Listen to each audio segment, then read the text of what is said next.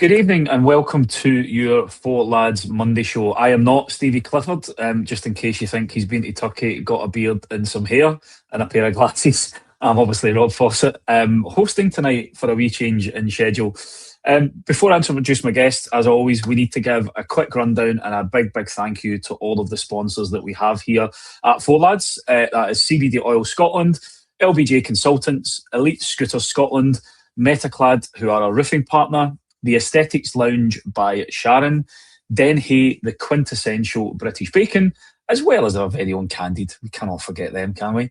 As well as our season-long partners over at Rangers Youth Development Company, Black Rooster and Art of Gold. Everybody at Four Lads really appreciates the support that you continue to give us and allowing us to deliver all the great content that you're going to see over the coming weeks.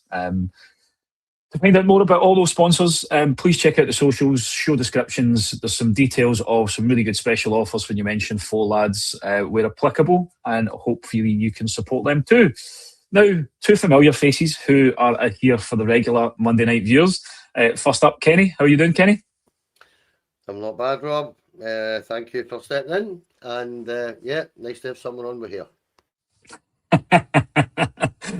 Amrit, how are you, pal? I know you've got hair in the wee goatee, but I'm guessing it's just a wee bit more than normal. Yeah, Stevie always says I put my head on upside down. But yeah, mate, listen, I'm good. Life is good. The sun is out. It's a lovely evening. Happy to be on with two of my pals talking about Rangers. It's just a shame that we are all... this is almost like a group therapy session for us at the moment, and things are not good, and I'm sure we'll get into the reasons why they're not good, but it's a tough time just now, and I'm always pretty positive and upbeat, as you know, Rob, but even I'm struggling tonight, I must admit.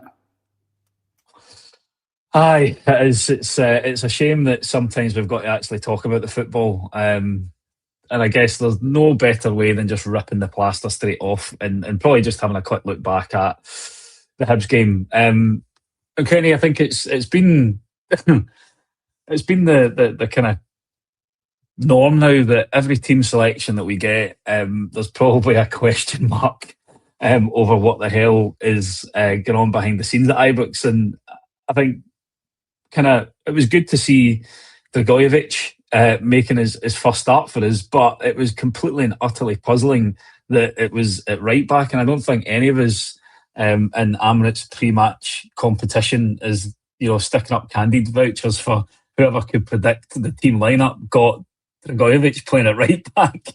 But it was just utterly bizarre that was where he started. And another thing that isn't probably going to do the optics any good around playing players out of position, etc., with him starting at right back.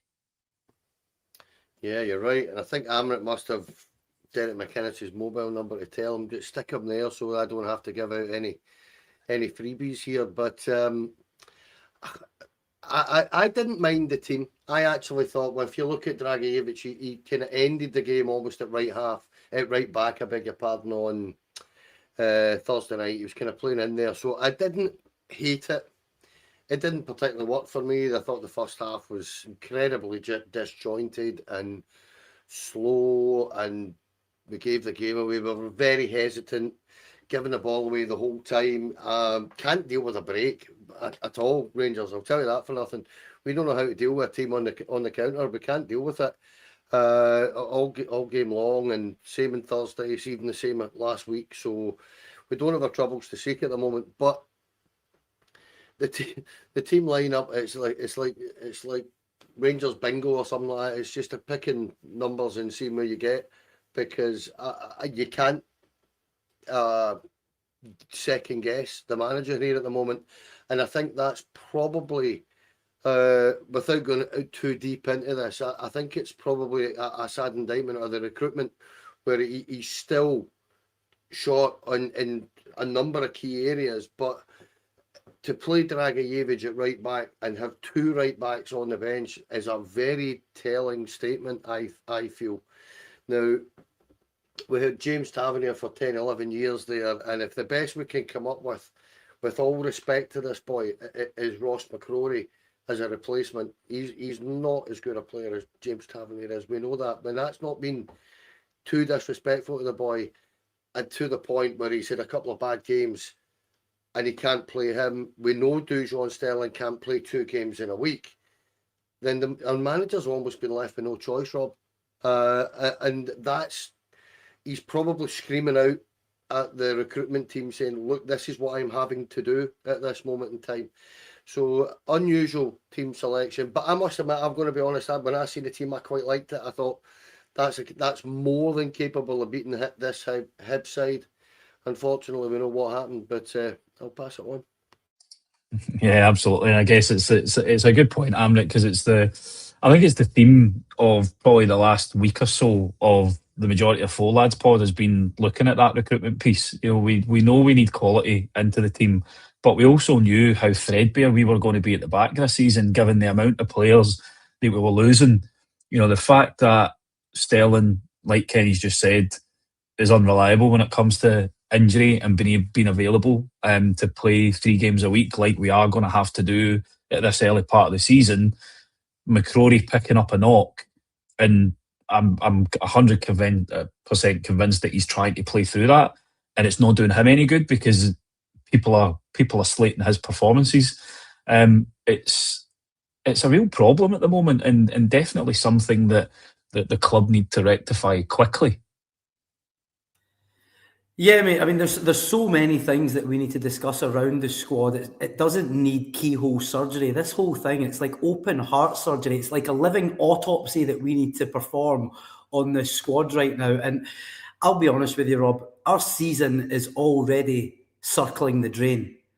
In fact, it may already be down the U-bend, to be perfectly honest. And that might sound dramatic and good. I think it should sound dramatic because this is a crisis as far as I'm concerned right now around recruitment and where we're going with this season. We've got 3 weeks left and we have a colossal amount of work yet to do, both ins and outs. And I know everyone's going to say, chill out, Amrit, it's only 3 games in, going on a rant, they need time. And that's fine, but we're 5 points behind and we're within 9 days of the season starting. There's no other way to dress that up. Those are facts. That's an empirical truth. You can't dress that up any other way. And we're also staring down the barrel of Conference League football.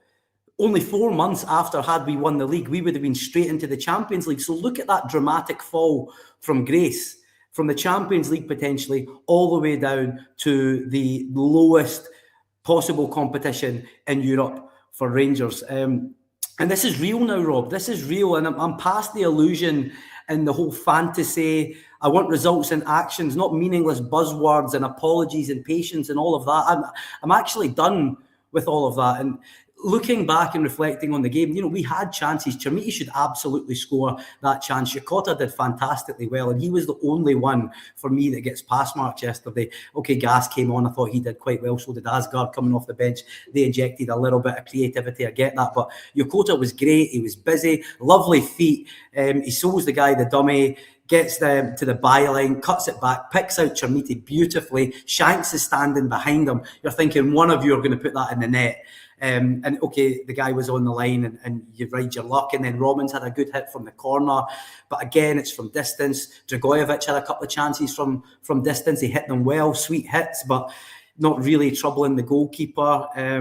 Second half, we go into that. Shanks hits the bar. For me, I think he should do better. He's hit it straight at the goalkeeper. It's sat up nicely for him. I think if he finds that kind of pace and gets either side of the goalkeeper, it's in. I think it's past the goalkeeper before he even knows what's happened.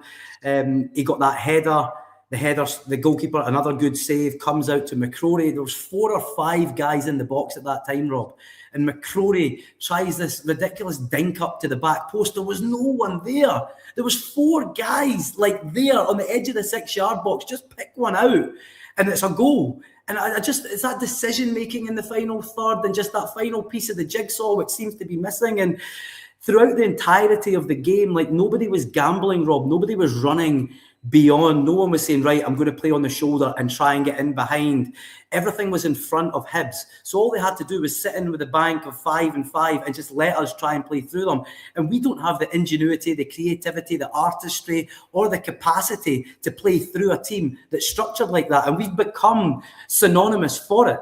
teams know, come to Rangers, sit in, hit them on the break, and you'll get joy every single time. And that's exactly what Kenny was talking about, that we cannot play effectively against teams that hit us on the break. And I know I've gone a little bit off piste and a little bit on a tangent, but I've been harbouring all of this resentment and hatred and frustration in my heart for 24 hours, and I just had to get it out. So what better cathartic platform than a Monday night exclusive with 4 lads? But I'm going to be quiet now because I'm not even sure how long that rant lasted. But I'm getting bored of listening to me now, Rob. So I'll pass it back to you, mate.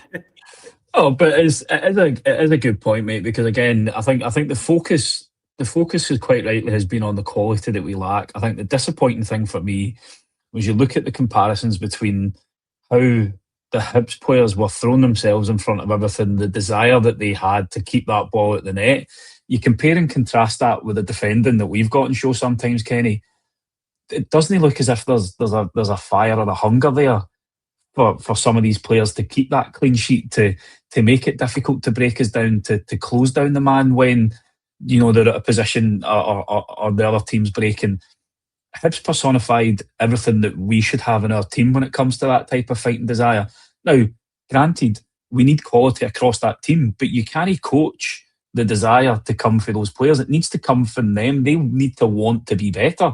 And I think that's the really disappointing thing for me about some of that performance, certainly at least the very least in that first half, was that we haven't seen that from them in any of the 3 games really since the start of the season. And the thing when McInnes came in was that he was a manager that would be able to get players to run through brick walls for him, create a bit of a siege mentality, and we just haven't seen that. And while we can lament the lack of quality, it's that lack of fight for me sometimes that is the biggest thing. And it's not just since the start of this season; it's been lacking in the last 2 or 3 years within that squad and within the club.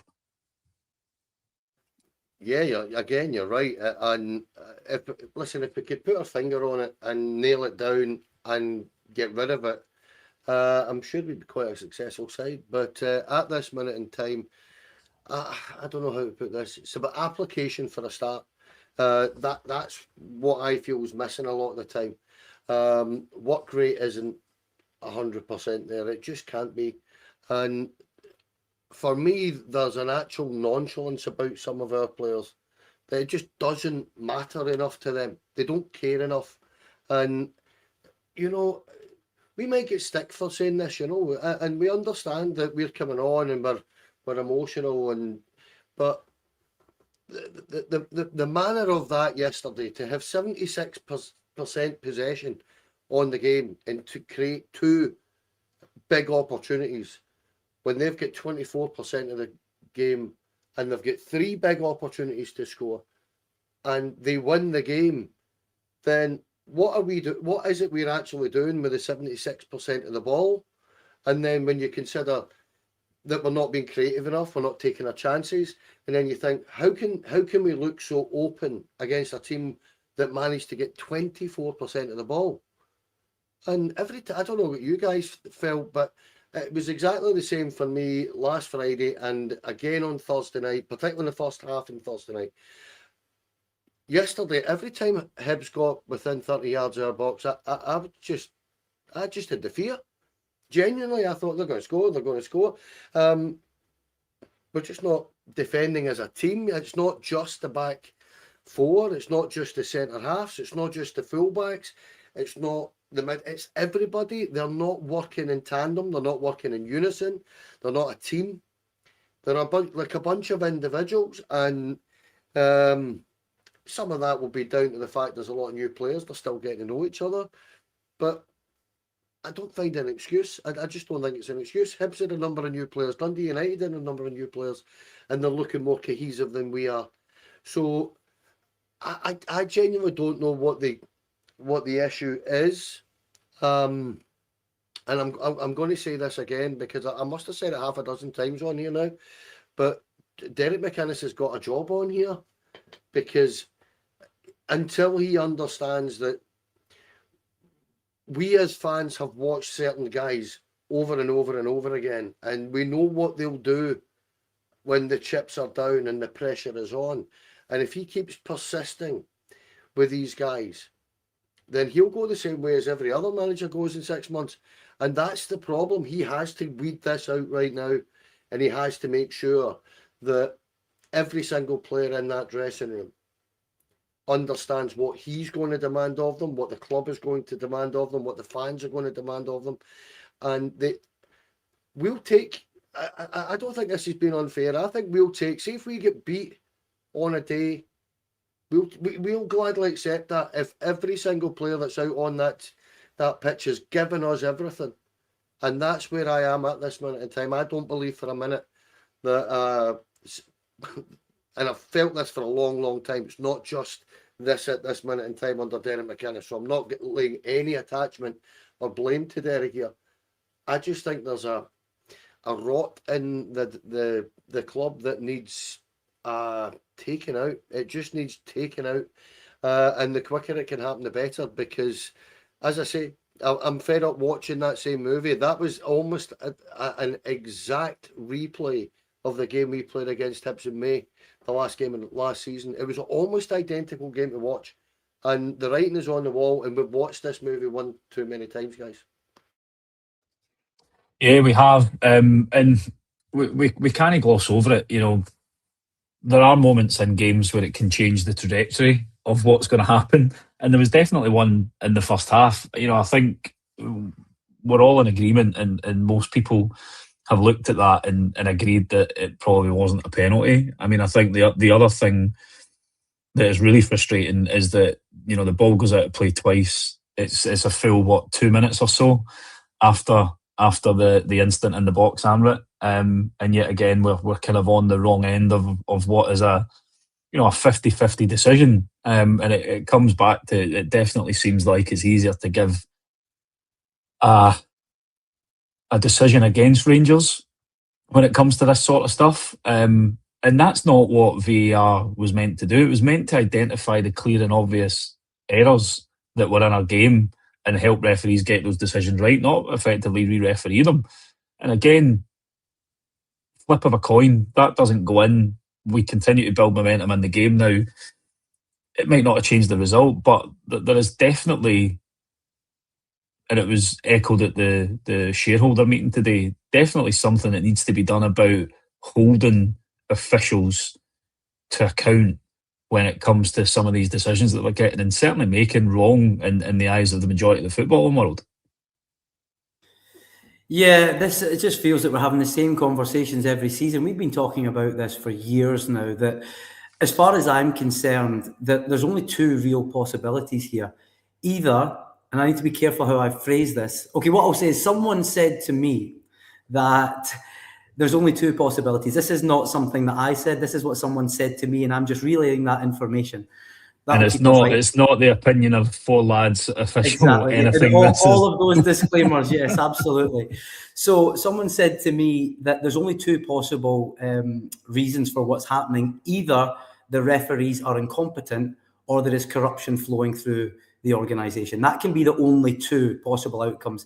Now, I'll let everyone else out on here decide what their conclusion is to that. But in my mind, there's you said that we're re-refereeing. Of course we are. It's almost as if we don't need the referee on the park anymore. If it's all going to go upstairs and it's all going to be scrutinised to within an inch of its life, and it ruins the fluidity and the enjoyment of the game, then where are we with this? It needs to be addressed, and we keep saying it. Nothing seems to be changing. We've spoke about multi-club approaches and all the rest of it, but we're not really seeing it have any effect whatsoever. There's not increased accountability now with these referees. It's actually diminishing with each passing season. It's getting less and less, and they're becoming more and more untouchable.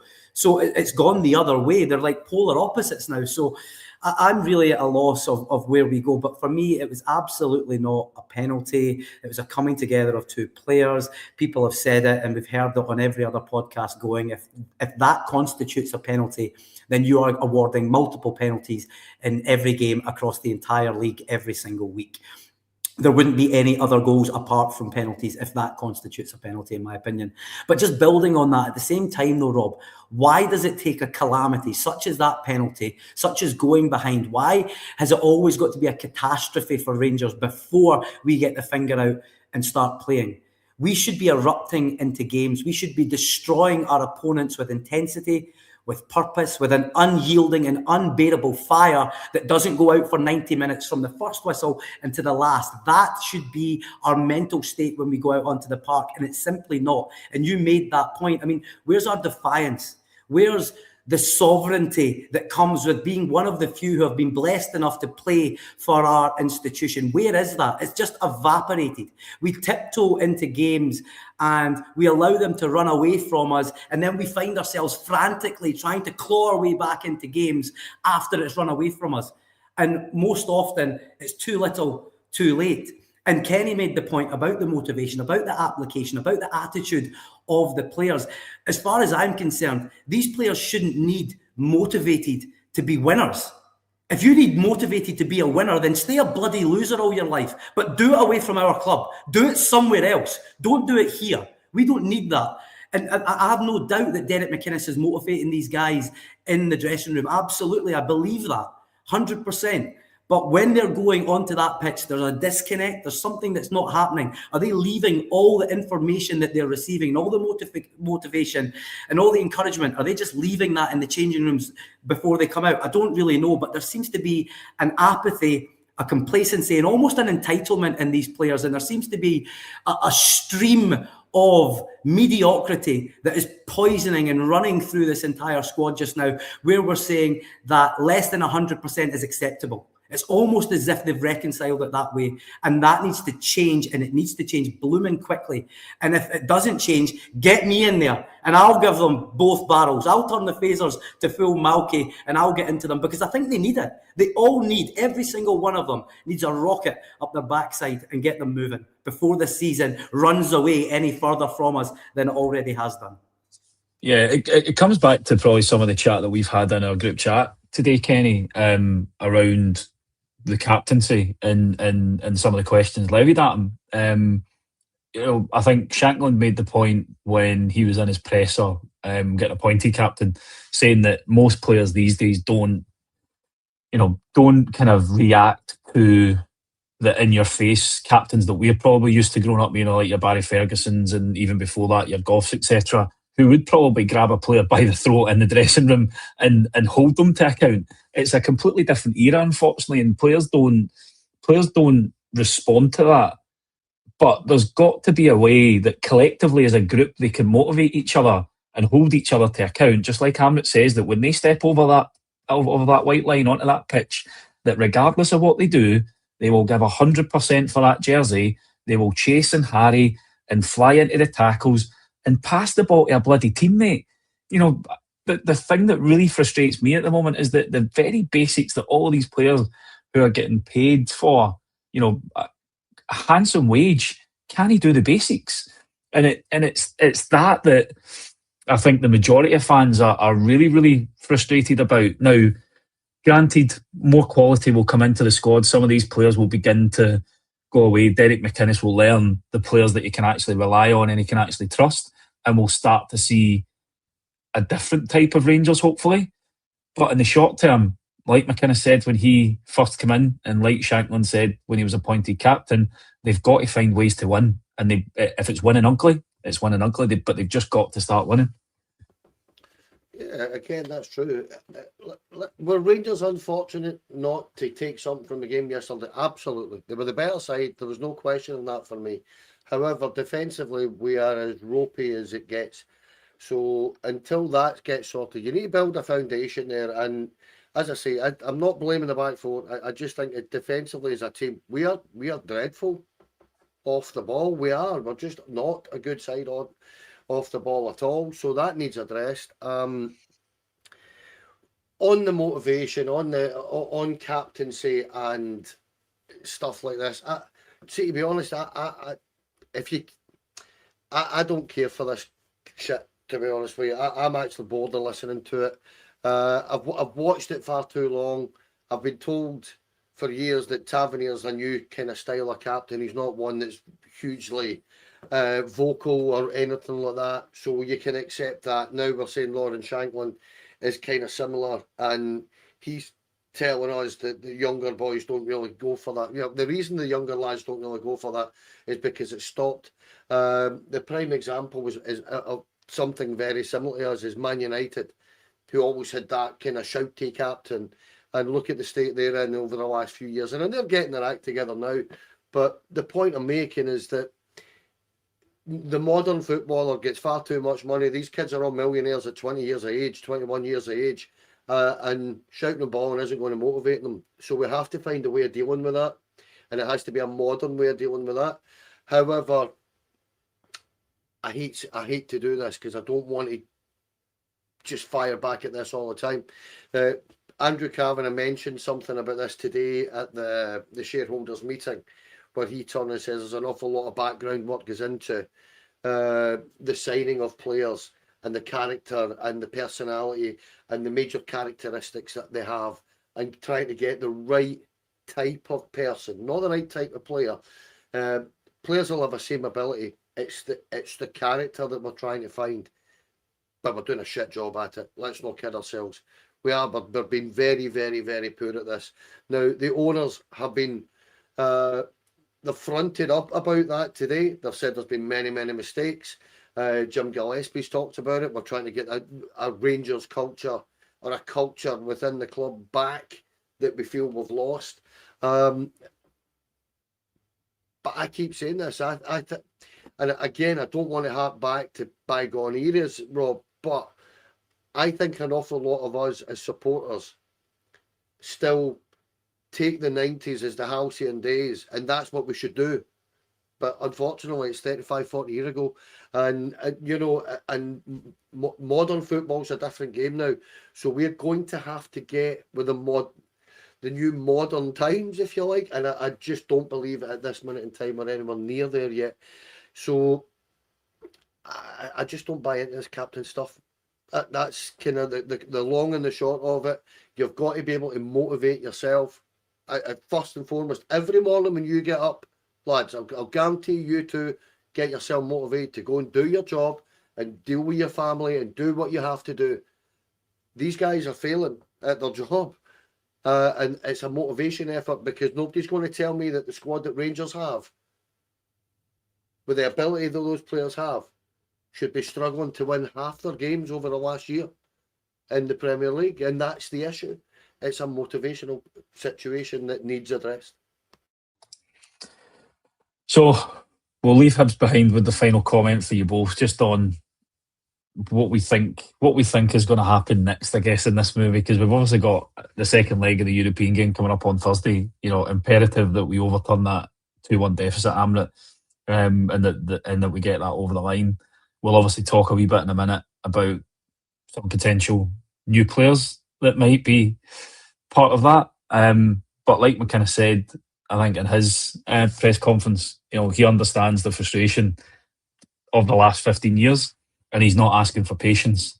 So it's really going to be up to him and the players to show us something to get behind, I guess. And Thursday's a great opportunity for them, being at Ibrox again against a team that we should be able to beat. But then I thought we should have been able to beat Hibs, and I thought we should have been able to beat Dundee United. So where do we think we go from here for Thursday? Well, I mean, the first thing is that we need to do on Thursday is that these guys need to learn the lessons from the last 3 games. And we need to see an increase in our work rate and our effort. That's the first thing. Like, we were all promised that a Derek McInnes team would run hard and would be well organised. We haven't seen either of those things yet come to fruition at all. Maybe I've missed them, but I certainly haven't seen them at all. So that's the first thing. We need to be better organised. There needs to be more cohesion and fluidity in the team. They need to understand that they are playing for Glasgow Rangers. This isn't a tiddlywinks. This isn't, they're not entitled here. They have a blessing upon their life to be a part of Glasgow Rangers Football Club. And they need to go out and show us that means something to them, because at the moment it doesn't. At the moment it looks lazy, it looks lethargic, it looks laboured, it looks casual. It looks like no one really cares enough. And you've got 55,000 people in a stadium whose literal lives are around their relationship with their football club, and have been for not just their lives, but the lives of those that have gone before them. For generations throughout their family, Rangers has been the centre of their world. And the players need to understand just how high the stakes are for the fans. They expect us to turn up every single week and give them everything we have. What are we getting in return? Where's the reciprocity? Where's this relationship that if we give to the team, they'll give us something back to cheer behind them? We're not getting that. And our support has never been predicated on the performance of the team. We give it no matter what we get. I mean, maybe we're the idiots. Maybe we're the dafties that are spending all this money and travelling all over Europe to go and support them and get served up mediocrity every single time. So I think they need to understand just how important this is to so many people. And we want to see that it means just as much to them, that they're not just here for the pay packet, that they're not just here to sit on their 4-year contract and think, well, it doesn't matter what I do. You've got guys like Fernandes who now are in a position where they understand that there's absolutely no consequences to playing poorly at Rangers now. Because even if we wanted to drop him, we have no viable alternative. And he knows that. Now, that's bad for squad management. It would be bad in any business. If you had someone in a position, Rob, in your company or mine or with Kenny's work, who knew, do you know what? It doesn't really matter what I do because I know Kenny's not got another barber, or Rob hasn't got another finance director, or Amrit hasn't got someone else in the kitchen that can make gelato. It's just me and that's it. So all of a sudden, you feel like you're indispensable and it doesn't matter what you can do. And that apathy is poisonous in any organisation. And that's where we are with someone like Fernandes. So there's lots of things that we need to do on Thursday. This isn't going to be a one-size-fits-all. It's not like we can just wave a wand and say, if they do this, we will win. But I think the first thing that needs to be communicated very clearly to these players is exactly what it means. I mean, get them in the dressing room. I would see that crest on the floor in the dressing room, Rob. I'd get them all standing in a circle around that and say, I want you to look at that crest. I want you to understand what it means and what it represents. I want you to look at the crest on your chest and I want you to touch your heart and say, I play for this club. And then I want to touch the numbers on your back and your name and say, this is who I am, this is who I play for, and that's where my heart is. That's what we need. We need some sort of connection with these players in this institution. And I think if we can get that and get them fully invested, then maybe that will be the first step on a very long and tiresome, lonely, brutal journey that awaits us for the rest of the season. But we need to get the work rate up. That's the first thing for me. And we need to be better organised. Other than that, Rob, I'm sorry, I don't have all the answers. Far from it. But work rate, give me that and let's turn this bloody tie around and try and turn our season round to something that resembles a possibility for abundance or prosperity. Listen, just hearing you speak with that passion, Amrit, got the hairs in the back of my neck standing up. I know you two don't really know what it's like to have hairs in the back of your neck, but certainly mine were standing up there, Amrit. That was a very passionate bit of speech. And to be fair, that is exactly what we want the players to be thinking. You know, they should be thinking that way, that it is a privilege to represent the badge in this great club that we're all fans of, Kenny. I'll get your thoughts on where we go for Thursday. I guess 2 points we probably should make, because we didn't really highlight the good points of the game, which was McCanya's debut. Thought he looked fairly solid, Kenny, but also Yokota. He cut a frustrated figure at times. I think there was a wee kick out at an advertising board at one point because he was a bit frustrated. But if we can get more signings that look like that and at that level of quality, then that'll definitely help the rest of the squad, hopefully. Yeah, absolutely. McCanya, I thought, did really well. Kind of motored, I think, in the first 10 seconds. He powered a header, got the crowd on his side right away. But I thought he did a very tidy debut without being outstanding. I thought he did pretty well. On Yokota, yes, absolutely terrific debut for me. Had his marker on toast a number of times. I liked that, but it was even his work rate off the ball was great to see. But his trickery was a good thing. I felt in the second half. Until he went off, this is the issue that we have, and it still mystifies me years later how we haven't dealt with this as a football club. That when a guy is getting doubled up on or tripled up on, where the fuck are the rest of you then? Do you know what I mean? Where are the rest of you? Because he's got 3 guys round about him. He should be able to pass this into space somewhere, and we can't do it. So when it comes when it comes to Thursday, I am always I was going to say I'm always optimistic when it comes to Rangers, but I'm not. But at the same time, I always try to be as optimistic as I can. Do we have enough about us to win this game on Thursday? Absolutely, we do. Will we? I genuinely don't know. And that's the issue I have with this football team and this football club in general at the minute. They are really... I've not seen Ibrox kind of that meh about things for a long time, as I did yesterday, where there was just an air of inevitability about things and a resignation. And you guys were there, you all seen it. See, the instant Hibs got their winner, that place emptied like you wouldn't believe. There was 45,000 just went, done, out. And there was still 4 minutes to go. That was the thing. But everybody knows, and that's the issue I have, that I'm going to say this as nicely as I can, right? We have got a calamity in us, at least one in every single half at the back. We have. So if they take their chances, we're going to have to score a lot of goals. We create not enough chances. And when we do create the chances, we tend to hit the bloody goalkeeper an awful lot of time.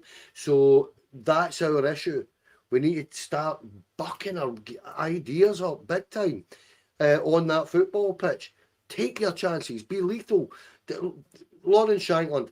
Now, somebody said, Alistair Aird over in Follow said it to me yesterday up in the gantry. He said when Shankland had hit a shot from 15 yards, 16 yards, something like that, if I remember right, and he took a touch and then he hit it, and he turned around and looked at me and instantly went, if that's Shankland last year for Hearts, he's banging that in first time.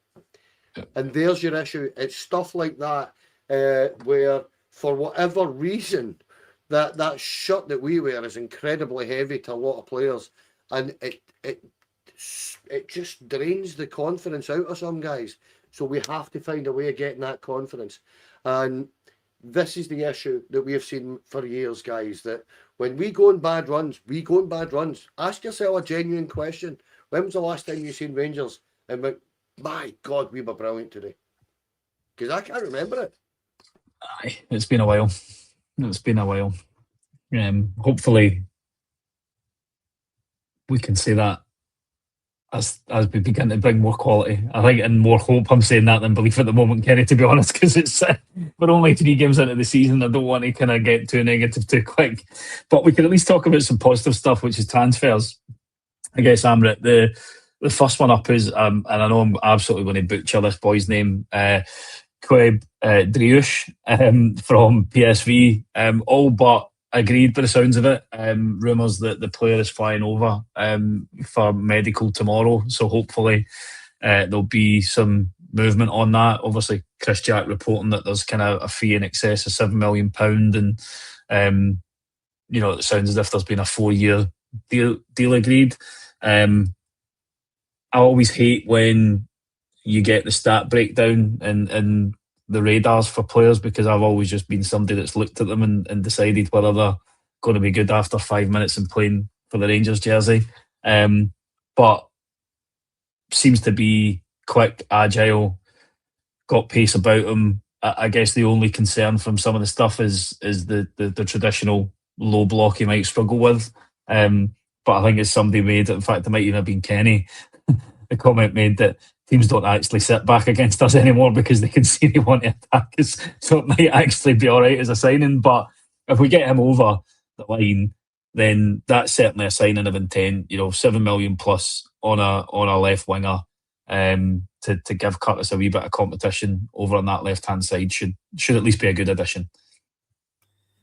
Yeah, I think we're now in the realms, after what Kavanagh said today, that 3 to 5 players is what he's thinking. I think we need more than that, but I accept that's what the chairman has intimated. So let's just move on from that. But certainly we're in the realms now where it must be quality over quantity. We have the quantity, but we have very little quality in the players that we've brought in so far. And that might sound harsh, but I think from the evidence that we've seen so far, I'm not saying some of these players can't get better, but from the evidence we've seen so far, we need players who can start playing yesterday. We need players producing the goods instantly. We haven't got this embedding period. Give them 6 months, give them 8 months, give them a year. Unfortunately, we're not at that point. We do not have that privilege extended to us now, Rob, because of the start that we've had. So I hope that this laddie, Driuesh, I'm not sure either, Driuesh, I'll just go for that. I mean, I've been called, like, I can get away with this, Rob, because I've been called Armit, Armpit, Ahmed, all the rest of it, right? So I'm allowed to butcher other people's names, right? But genuinely, he needs to be someone who can hit the ground running and produces the goods from day one. I genuinely think if you've got Yokota performing the way he is, and then you have someone like Driuesh performing to a similar standard on the other flank, I think that will have an instant impact in the creativity and the production for Shankland and, well, obviously not Chermiti now, but for our attacking players. I really do. So, yeah, he needs to come in. He needs to really hit the ground running. He needs to be quality, because we've got lots of players, but we don't have a lot of quality. So I'm hopeful that he will do the business. I mean, Celta Vigo were interested in him, so maybe that gives us an inclination as to the regard or esteem that he's held in by other players and clubs. So I'm hopeful that he does a good job, but as long as he's not like another Sam Lammers or something like that, or another Danilo coming from Eredivisie. But let's see. I think he comes with a good pedigree, and we've been pursuing him for a couple of weeks now, and it looked like the deal wasn't going to happen when Celta Vigo came to the party. I mean, to be fair, we gave them the opportunity to come to the party because we lowballed initially. We then gave time for the Sharks to start to circle, and it looked like we might lose him, but by the sounds of it now from Chris Jack this afternoon, it's 7.5 million or so, and he should be in the door shortly. So, yeah, hopeful. Fingers crossed. And I think at least it gives us a little bit of hope that some of that quality forward position, Kenny, is at least starting to be filled out. I guess the part of the challenge is ensuring that we've got movement off the ball for some of these flair players to be able to find people. Because I think, as we've said in the chat, for too long our play has been a little bit pedestrian, and I think it was one of the things that Dragojevic did pretty well. There was a couple of big switches of play that I thought he pinged the ball about quite nicely from right back. Looking forward to seeing him in the centre of the pitch, but at least if we get this signing over the line, it's another exciting forward player that can hopefully give the service to Shankland, Nadiri and Miovski, because they're probably going to be the only striking options we're going to have in the short term anyway. Yep. All we need now is two right wingers, a creative midfielder, a left back, and two centre halves. And then we'll be all right. Right back. Well, and another right back, and we'll be all right then. But the being serious, yeah, the guy. Listen, I don't know much about him. I do remember watching him. I think it was it Liverpool they played last season, and I remember him scoring. And I know the kind of ridiculously high scoring game. It's like 6-2 or something stupid like that. But cut to the chase. I've seen the stats on the boy. He looks statistically a fantastic player. I know he's fast. I know he runs into space. That might be an issue. Because I think that is his game, is to basically run into the space. But we'll wait and see. As I say, welcome to Rangers if he turns up when he arrives and he gets through his medical and all that. Okay. And the situation is that without being, again, too dramatic about this, we need quality in those wide areas. It's as plain as we can see. We've got Yokota on one side. We're going to get Driush or whatever his name is. Apologies for the left hand side. We've got Finlay Curtis there. We're probably looking at another right winger, and if we could get that, I'd be quite comfortable with that. I'd actually like more. But I'm just greedy when it comes to good players. But look. We're crying out for it, guys, aren't we? We are genuinely crying out for that little bit of individuality that makes a difference in a team. Those guys that can bring those moments, because we don't have enough of them. We're also desperately short of pace, and this boy's got it. So I'm delighted. Yeah, absolutely. And I guess the other one that's probably furthest along, I think it's been reported by Sport24 over in Greece that we're actively discussing a loan move for James Penrice. I think in typical fashion, we are haggling over the loan fee, but by the sounds of it, there'll be an option to buy potentially in that as well. And I guess Amrit, from a competition point of view, really good signing. He'll certainly push Romans on because again, I think like Kenny said earlier, and yourself have mentioned, we really lack competition in those defensive areas at the moment, which potentially will allow some of these players to become a little bit lazy. And certainly, Romans, when he first came in, we were comparing him to Newman. He's not looked anywhere near that standard in the first few games this year. So hopefully that gives him a wee bit of a kick up the backside to kind of say, look, your space isn't guaranteed in this team anymore, and therefore you're going to need to hit those levels again in order to keep that jersey and to keep that space in the team.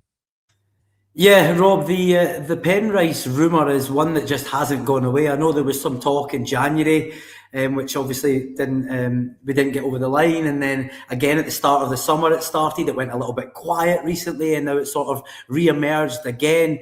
I think initially, based on Romans's performances at the end of last season, you were probably thinking that you were recruiting a deputy or backup for Romans in that left back position. But I would say now, and you made mention of this, that because of Romans's, I would say, slow start to the season, I think that you could go with either Romans or Penrice depending on who's playing better and what competition is like between them. And I think that's really healthy for the squad to have that neither one of them knows if they're the starter, because that will encourage both of them to try and get that place, which means they'll be working harder, they'll be fighting harder, they'll be trying more. So I think that's a good thing. Just on Romans slightly, he hasn't started as well as we would have hoped. He was one last season that was a banker for us. We're all like, right, okay, we were awful, Romans was good. We didn't play well, Romans was good. It was always, he was a consistent performer for us last season. But just, to go back to that, the goal that we got on the break, that sucker punch against Hibs, for me, Romans he's not at fault. He's not the only one that did something wrong in that sequence of events. But when you look at the boy when he's coming inside, you're thinking, Romans, your body shape's wrong. Show him outside, like away from the goal. It's really, really basic stuff for me, but he allows him to come inside, they get the deflection, and it ends up in the net. Again, I'm not blaming Romans for all of that. It wasn't his fault, but that gives you an example of the kind of errors that he's susceptible to. So bringing in someone like Penrice, I think, who has a good pedigree, who understands our league, is a good thing for the squad, and it'll be healthy competition. Yeah, absolutely, Kenny. Again, I think it's something that's been rumoured for a while, this one. Definitely happy to see this go over the line if we can get him at least on loan with an option for the year anyway. See, this is my issue with our recruitment team. I'm not going to sit and name names or anything like that, but I was told nearly 2 weeks ago this was done, and we're still haggling for what I don't quite understand. Going by the reports that I've read, how much they're actually looking for him to buy him, I'm surprised we're not actually going out of wages to buy the boy, because he's a decent young talent. He's Scottish. And if it doesn't work for him here, he would be easy to move on, because he's impressed with Athens last season, but I'm sure he played 30 odd league games for them. He's done quite well over there. He was decent enough for Hearts season before last as well. Good young talent. I'm just a little bit disappointed, and this is partly, again, I'm going to have a little bit of a dig about our recruitment, where last season he spent the first half of last season with one lone left back in Jaden McGoma. Then we brought Romans in, and now we're still sitting with one left back, and we're talking about bringing a guy in on loan. Can we know future plan? Is that? I'm sure you do that in your business, Rob. I know for a fact that Amrit does it in his. Your future plan. You think what's going to happen this year? What's going to happen next year? Where do I see the company in 3, 4, 5 years? All companies do this. Why aren't we doing that? That's my question to Rangers at this moment in time. I don't understand. And this is coming from a guy that was fortunate enough to meet Andrew Kavanagh and Parag Marathi yesterday. And Andrew Kavanagh told us that he told Steve and I that he watches four lads. or he's watched us before, and we just kind of looked at each other. Well, hopefully not last week then, because we weren't very complimentary. And the point I'm making is that you see these two guys, the multi-billionaires, I'll guarantee you in their businesses, they're for future planning. So why aren't we? They're running this company. Why aren't we future planning at this level of it in our company? I don't understand it.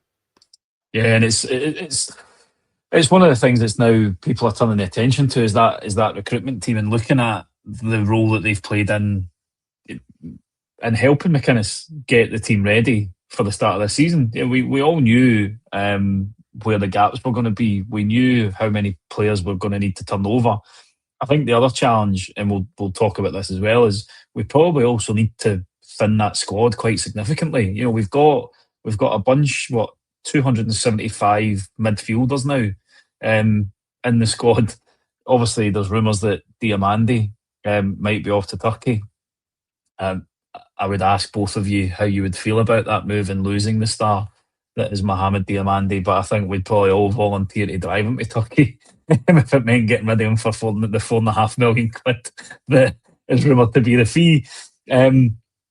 But there are a lot of players in the wrong position in our squad at the moment, and that's going to be a challenge from a wages point of view and stuff like that as well. But the recruitment team, as you say, Kenny, with all the data analysis and all the things that we would look at, should have had a number of targets identified for every single position in that squad, especially when you look at the number of players that we had left on loan last year, and helped prioritise the gaps where we were going to be weakest. And the majority of those sides probably would have been in defence to begin with, because really risky playing with one left back, because if Romans gets injured, you're looking at young Scally, and I think even young Scally's injured at the moment as well. So therefore, your backup left back is done. You've got a right back that is made of glass in Dujon Sterling, and you've brought in McCrory, who's got injured pretty quickly because he'd had that knee knock at West Ham game. So again, you're immediately looking at that going, who's the third right back choice? I've got no idea who it would be there. You've then got Suter bombed out the squad and Inciala, so you've got no other centre back options, and there we go. Ben Godfrey's been injured, so we had to bring McCanya in, and all of a sudden you've just got him and Fernandez as the fit centre halves. There's at least 3 positions that should have been addressed fairly quickly, notwithstanding the forward areas that we needed to look at. So I think it was interesting, probably the comments in there today, that it was a collective approach to recruitment that Andrew Kavanagh and the team had mentioned, and the fact that you've got your Dan Puddies and Bionabys of the world, but with collective decision making, who takes the ultimate responsibility for that then? Who is the one that sticks their neck on the line to say, these are the priorities and this is what we need to focus on now? I have no doubt that McInnes will be in the ears of all those people saying, this is what we need, this is what we need, this is what we need. We've seen that deals can be done fairly quickly and fairly under the radar. I think all of our problem is that we need a lot of surgery done at this squad, Amrit, and it's just not happening fast enough. No, it's not. And I think the hierarchy of the club made mention of this today at it's not the AGM, but whatever it was, the shareholders meeting, that there's a lot of moving pieces that on the chessboard, and certain things need to happen before something else can kick off. We need to get certain players in before we can get others out. And I understand that from a commercial standpoint, but we've had ample time during the off-season to get these pieces in place. And it feels now that we're frantically scouring Europe and beyond to try and plug some holes. And we're only really, we look now, we're talking about wingers and we're talking about defence, but if Chermiti's scan doesn't come back with some half-decent news, then we could be looking at needing another striker as well, because McInnes obviously doesn't fancy Miovski at all. He's been given nothing since the start of the season. Nadiri for me is simply not of sufficient quality to do much more than run around and make a nuisance of himself. He's not scoring any goals for us anytime soon. Shanks needs time. I think he's not really firing like he was at Hearts. So all of a sudden you're saying, well, actually we need a striker as well. So there's a huge amount of work to be done, but this is a very different model now. Before it was Thelwell, and it was right, Thelwell was the problem. He was the one that was calling all the shots, and he was the one solely responsible and had the autonomy to select, purchase and bring in players. Now we've got a slightly more collaborative approach where you have Derek McInnes identifying certain targets, telling them what positions he needs. Then you've got guys like Purdy, Thelwell Jr., you've got Stigging or Bjornaby, you've got Jim Gillespie, and you've got Kavanagh. And all of these people have a say in what's going on. So it just seems to be a lot of red tape, a lot of hoops to jump through before people can come in the door. And maybe that's where the delay lies. I don't know. How often are they all speaking to each other? What is the sign-off procedure when we pursue players and then we want to get them in? How are we making the money available? Have we got a rank order list of who the absolute priority is and who's urgent, and then we're coming down the list beyond then? I really don't know, but we've got a lot of work to do in the next 3 weeks or so. Players in, players out. But we've been saying this all summer. We've had a huge amount of work to do, but it almost feels a little bit like the main business that we have yet to do, the really important marquee signings that we need to make this team better. We have left and delayed until the very last possible moment, which, as Kenny was talking about, future planning is not a good look. These players for me should have been in before the season kicked off. That's by the by now. It's in the past. We are where we are. We just need to accept it. But we need to move quickly and frantically and get in the sufficient quality players that we need. And that Drioche is the first, hopefully, in the jigsaw. But there are at least 3 or 4 more that we need before we can even consider being good enough to compete for this league. Yeah, absolutely. I guess, Kenny, we'll touch on a couple of wee points from the shareholder meeting stroke AGM, because there was a couple of things that I thought were quite interesting that you kindly put in the agenda, and I hope I've done a good enough job of covering the majority of it, unlike other people who just don't read it for you, mate. So I appreciate that hard work that went into it. First up was continued work on, I guess, the stadium expansion. Now, the caveat that I am going to make about this is that there is absolutely no point in doing a stadium expansion if you don't have a bloody winning football team on the pitch, because there's going to be nobody to buy those seats. So while it's good that they are looking into it and that they are making plans for that sort of thing, we need to be getting the stuff on the field right first of all before we even consider touching Ibrox and adding in another 5,000 or 6,000 seats. Yeah, yes and no. I understand exactly what you mean, because frankly, going to the ultimate aim, I believe, is to get 60,000, 62,000 or something like that, which is great. However, as you say, if we're sitting the same as we did last season and finishing third and starting the seasons, future seasons the way we are this, then people aren't going to come. They have to understand that this is a results-driven business, and the better results you get, the more successful you're going to be, the more people are going to want to come and see you. So you're spot on in that respect, Rob. However, this kind of does need done at Ibrox. I think it needs a little bit of modern, just a little bit of a modernistic, reboot to it to a certain degree, because it's an old stadium now. It's getting old. So doing that it would be a great idea. I've said before, and they mentioned this as well, so I'll just put it in the same kind of context, is that they were talking about having a bigger fan zone and doing a little bit of work around, for the match day experience, getting the tarmac up to date. The footprint round about the stadium is going to be tidied up, which I think has been desperately needed for a long time. So we'll see where this goes, because again, I think I stuck it in the notes, mate, but they actually said quite distinctly that if this is going to happen, it'll be over a period of years. It'll be seasons, and it'll all get done in a closed season, so that fans aren't getting affected in any way, shape or form. So they might do, I don't know how that would happen, but to me, it just seems if you're going to lower the pitch, then you just take the pitch out and lower it and put the seats in, and then all of a sudden you've got 5,000-6,000 seats. So I don't really understand how that would take more than one close season, because if you remember, guys, way back in the was it the 90s? It was the 90s, late 90s, I think. David Murray did this and lowered the pitch, and we put 2,500-3,000 seats in, and it was done in the close season. So I don't know, but you're spot on. We need to win. It's all about having a winning team in the park with Rangers, and everything else is just the cherries and fairy dust on top. Yeah, absolutely. And the last one, I'll come at you, Amrit, because I know that you like to buy the odd Rangers top and, you know, see the new training top and all that sort of stuff. And I thought the comments around Castor and the deal that was signed by the previous incumbents of the club brought home some of the decision making towards the end of executives' time.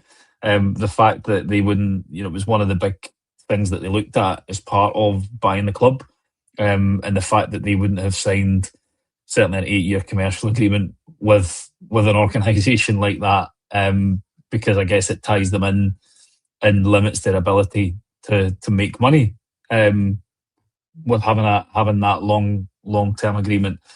Do you think that's something we'll start to see maybe now as they continue to put money into the club, looking at how they can upgrade the commercial deals that we're going to have when it comes to Rangers, and hopefully pumping more money back into the club to be able to continue to spend money on transfers, especially as we haven't really shipped many out this year?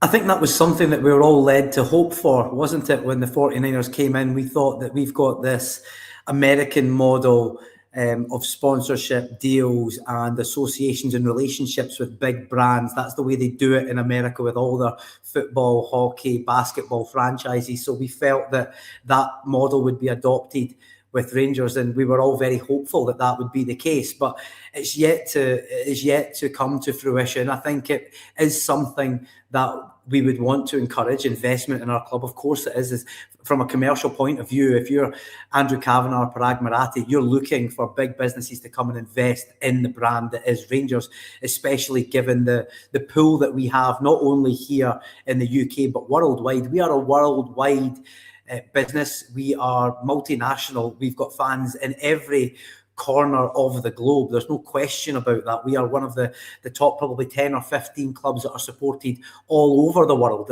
That is in absolutely no doubt in my mind. But the problem you have, Rob, is that what brand wants to be associated with mediocrity? I don't care that there's 55,000 people at Ibrox. If it's my brand on there, I don't want it in a place that doesn't know how to win. I don't want it in a place that has become addicted to losing. For me, there's far better commercial options in my business to put elsewhere. I'd rather stick it somewhere where I know that there is ambition and there's success perpetually year on year on year. I'm not sticking it in Rangers just now, absolutely not, because we don't know how to win. And it doesn't look like we're going to be able to cultivate that type of identity, certainly in the short term.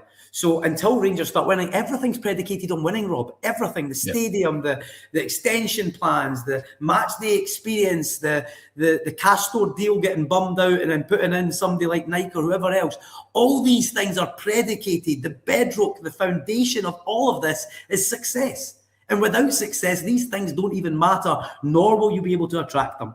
So yes, it's positive. Yes, I would like to see it happen. But more importantly, just win some games of bloody football and start winning some shiny things. And then everybody will come knocking on our door. We won't need to go and beg and cheat and steal for companies to come and do business with us.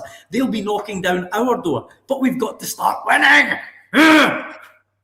And what a way to end the pod, I think, Amrit, than that. We've got to start winning as a rallying call to everybody out there.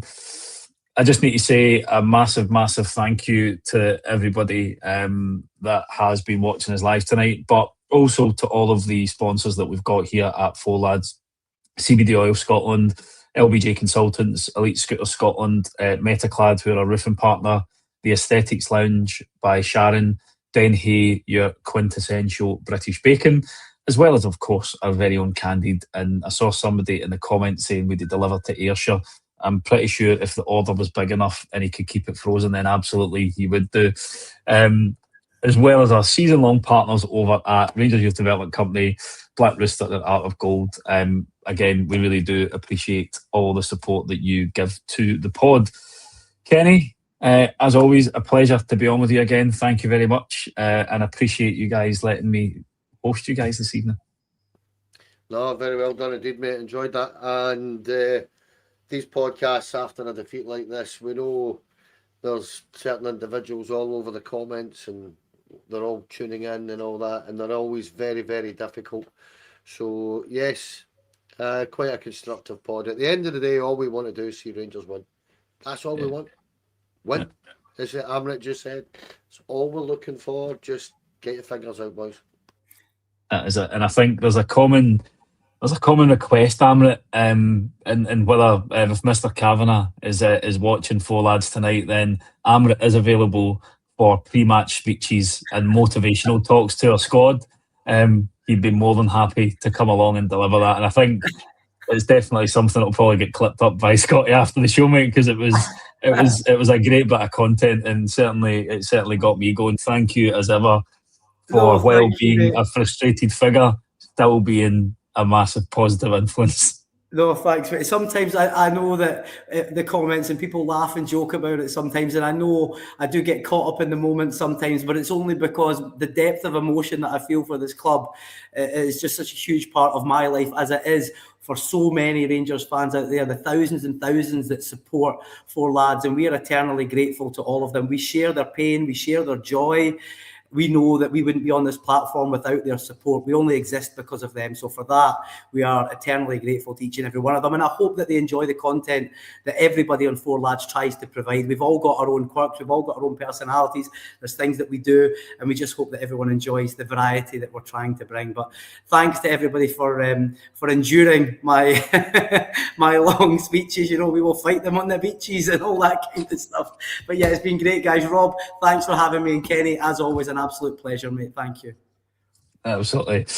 As always, we will be back with shows for you every single day this week. Just keep an eye on the socials. Calvin's doing a brilliant job of letting you know what is coming up at what times. Thank you, everybody, for tuning in again. For those that watch live, or if you listen back, we really, really do appreciate all the support and hope that you enjoy the content. Fingers crossed we celebrate the victory on Thursday night to stick us into the next round. We can but hope. Have a good evening, folks.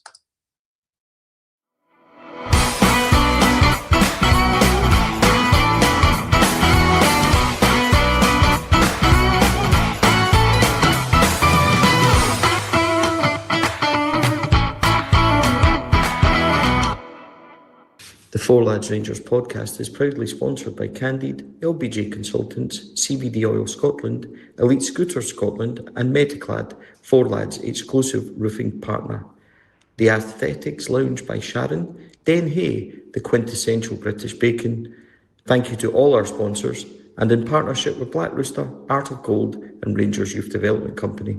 Thank you for listening to or watching the podcast. We hope you enjoyed the show.